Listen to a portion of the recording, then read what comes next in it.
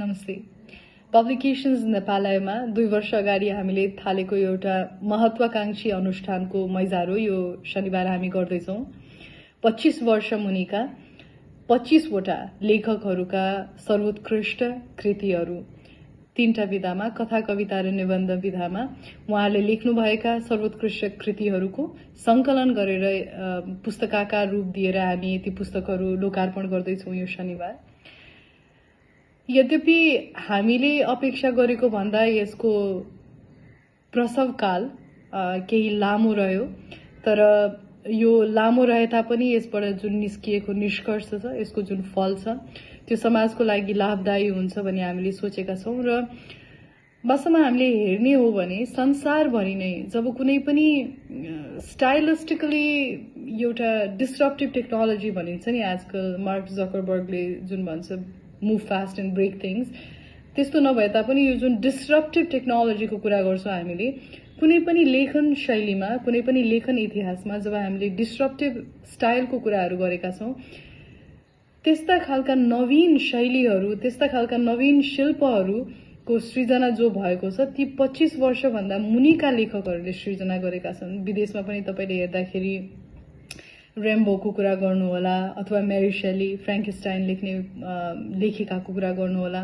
अथवा हाम्रोमा पनि मोतीराम भट्ट उहाँले जस्तो खालको काव्य सृजना गर्नुभएको छ। धेरै जस्ता यस्ता प्रतिभाहरू छन् जो चाहिँ सानै उमेरमा उनीहरूले एकदमै विचारोत्तेजक र शिल्पका हिसाबले पनि नयाँ खालका काव्यहरू रचना गरेका छन्।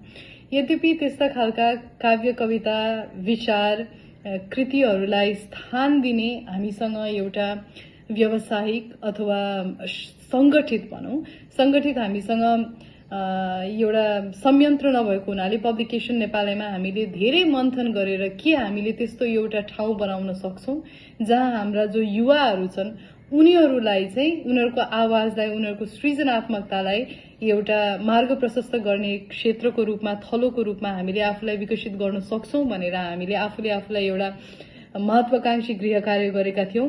यद्यपि अलिकति समय लाग्यो, त्यसका बावजुद नेपालका सम्पादक विमल आचार्यजी लगायत सम्पूर्ण सदस्यहरूको एकदमै मेहनत र उहाँहरूको लगनका कारणले अब हामीले यो पुस्तक तपाईहरु सामु लोकार्पण गर्न पाएका छौं। यसमा जुरी मेम्बरका रूपमा, जुरी सदस्यका रूपमा, निर्णायकका रूपमा म, नारायण वाग्लेजी र श्रवण मुखारुङजी हामी 3 जना थियौं।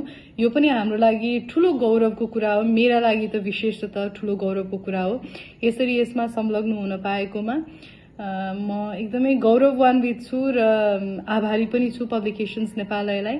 साथै मलाई यति मजा आयो भाइ बहिनीका कृतिहरू पढ्नको लागि, यति आनन्द आयो, यति मजा आयो, यति रमाइलो लाग्यो मलाई। हामी आशा गर्छौं पाठकहरूलाई पनि हामीलाई जति आनन्द आयो उहाँहरूलाई पनि त्यति नै आनन्द आउनेछ। र त्यो भन्दा पनि बढी यो पुस्तकले एउटा नयाँ क्रमको थालनी गरोस्, युवा पुस्ताको विचारलाई पढ्ने, सुन्ने र एउटा गम्भीरताका साथ मनन गर्ने एउटा संस्कृति बसालोस् भन्ने अपेक्षाका साथ आगामी शनिबारको कार्यक्रमका लागि सबैजनालाई हार्दिक शुभकामना र यहाँहरूलाई आमन्त्रण गर्दै म बिदा हुन्छु।